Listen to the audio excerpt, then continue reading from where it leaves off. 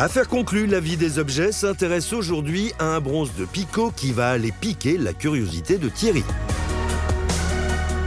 Revenons sur l'expertise de cet objet apporté par Patrick, venu de Sainte-Maxime.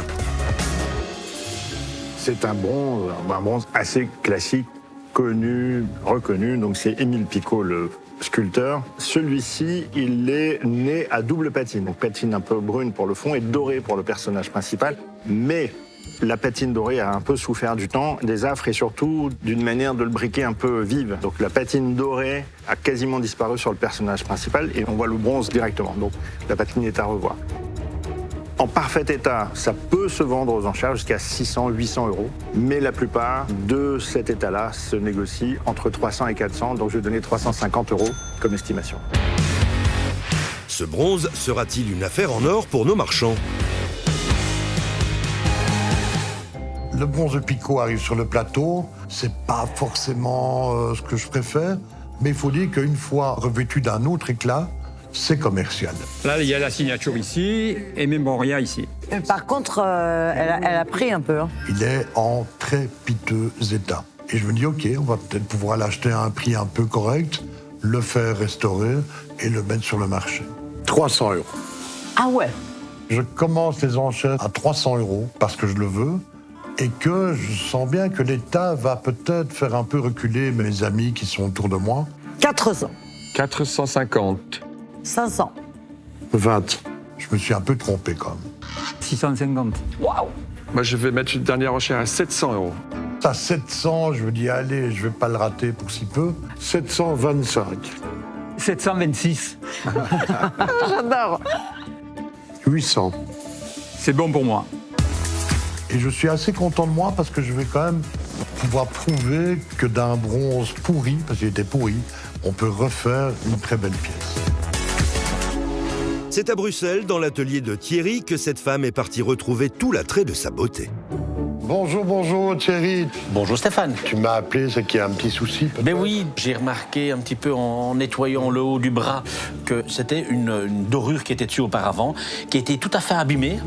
Et après ça, ils ont été badigeonnés une poudre d'or pour aller masquer la dorure en dessous qui est toute griffée. Qu'est-ce que tu peux faire? Ben écoute, on va masquer le bronze brun à l'arrière pour pas l'abîmer.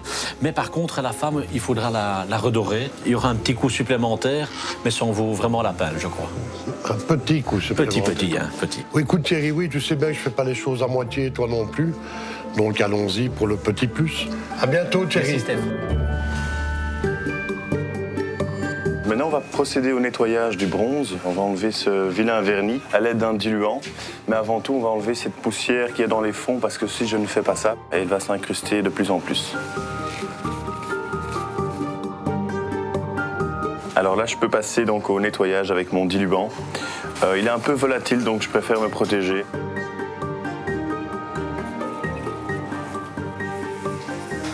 Donc là, il faut un peu d'abord que le diluant travaille sur le vernis. Et là, on voit déjà les changements. Ça devient beaucoup plus pâle, ça s'enlève. Ce côté doré de la poudre part tout doucement. Et il tombe en dessous.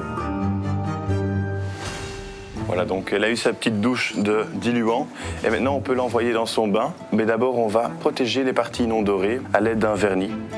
Et on appelle ça épargner. C'est un vernis qui va durcir, donc aucun risque pour le bronze. Voilà, j'ai fini d'épargner. Donc tout est bien protégé. Je laisse sécher pendant une petite heure et après on passe au nettoyage. Alors ici, le danger, c'est l'oxydation. On va justement bien enchaîner rapidement les bains, sinon ça donnera des taches à la fin dans la dorure et ça, on ne veut surtout pas.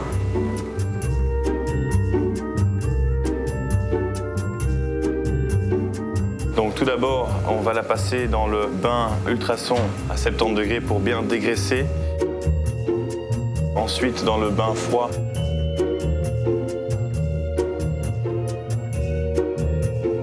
On passe un léger petit coup de gratte-brosse avant la dorure. Comme ça, la pièce est toute propre. Ça va assurer l'accroche de la dorure. Voilà. Donc ici, comme la partie jaune est épargnée, c'est uniquement la femme qui sera dorée.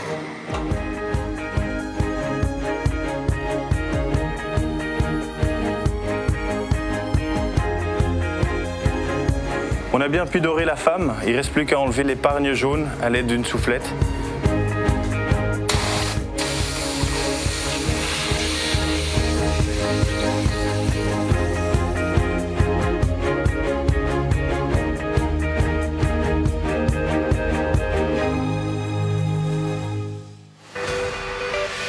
Elle est déjà toute belle, il ne me reste plus qu'à cirer la partie non dorée. Pour ceci, j'ai une cire d'abeille bio. Voilà, on en met bien partout. Voilà, donc le but de cette cire d'abeille, c'est d'uniformiser la brillance de la pièce. Le cirage est fini. Je suis assez content du travail. On a retrouvé donc une dorure dans son jus. On a un peu reciré le bronze, donc la brillance de la pièce est homogène. L'ensemble est vraiment pas mal. J'espère que Stéphane va aimer.